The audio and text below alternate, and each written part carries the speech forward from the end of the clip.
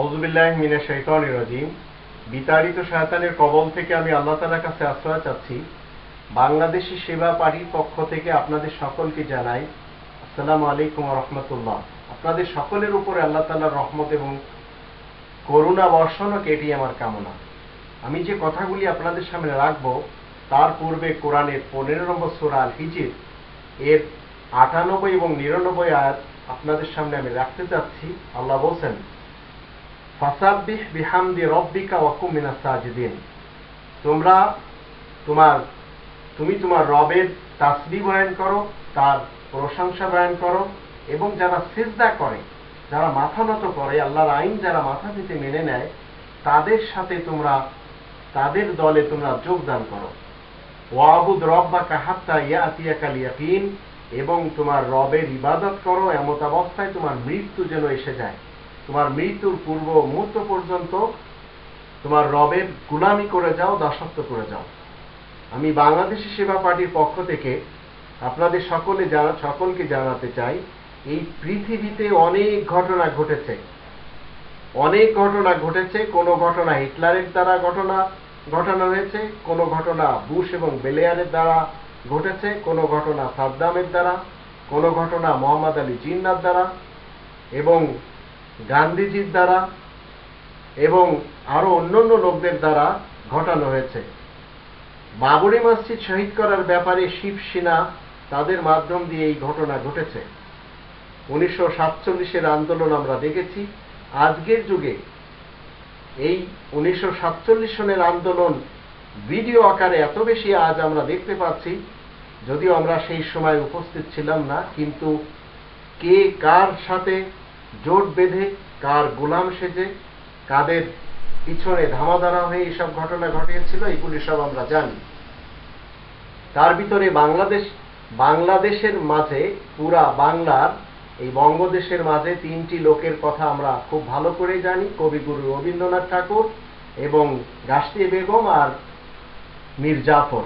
এরা ইংরেজদের দালাল হয়ে সবচেয়ে বেশি ক্ষতি করেছে নিজ জাতির বিরুদ্ধে। এছাড়া আজকের যুগে আমরা নিউ ইয়র্কের, মাদ্রিদের এবং লন্ডনের বোমা বিস্ফোরণের ঘটনা, বোম্বের বোমা বিস্ফোরণের ঘটনা আমরা সবই দেখছি। এ ধরনের আরো ঘটনা ঘটেছে পৃথিবীতে। প্রথম বিশ্বযুদ্ধ বলেন অথবা ভিয়েতনামের যুদ্ধ বলেন, ইসরায়েল ফিলিস্তিনের যুদ্ধ যা আমরা দেখতে পাচ্ছি, এগুলি সবই হচ্ছে। ইরাক ইরানের যুদ্ধ হয়েছে, ইরাক কুয়েতের যুদ্ধ হয়েছে, কিন্তু জার্মানে এত বেশি ক্ষতি হওয়ার পরে সেই দুই জার্মান এক হয়ে গেছে। দুই কোরিয়া তারা এত ভালো সম্পর্ক করেছে যেগুলি আপনি এবং আমি কখনো কল্পনাও করতে পারবো না।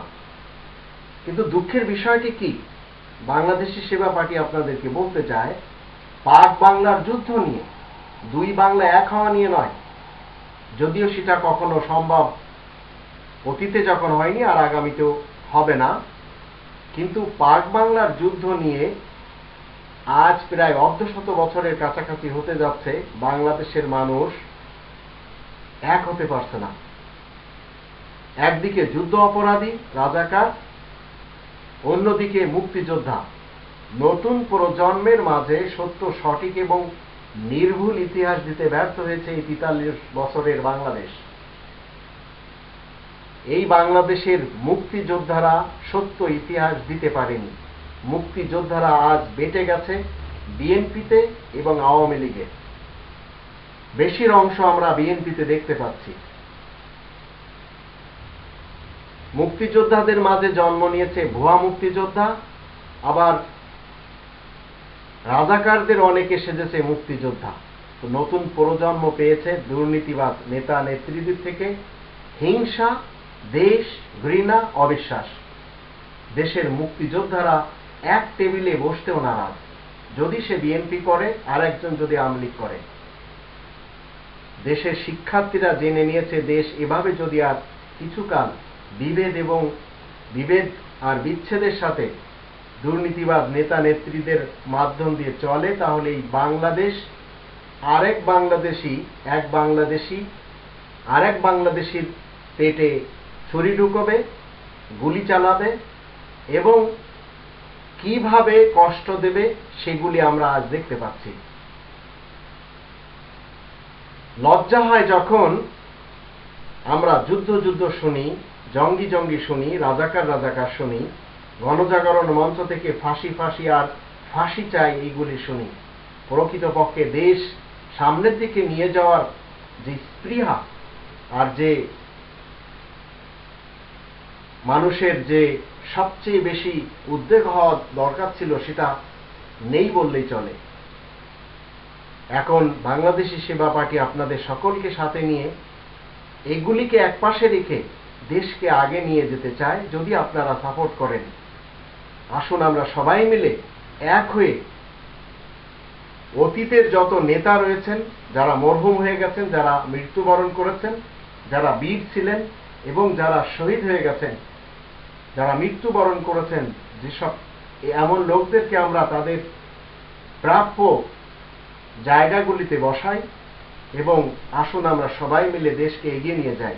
এজন্যই মূলত বাংলাদেশি সেবা পার্টির রাজনীতিতে আসার উদ্দেশ্য।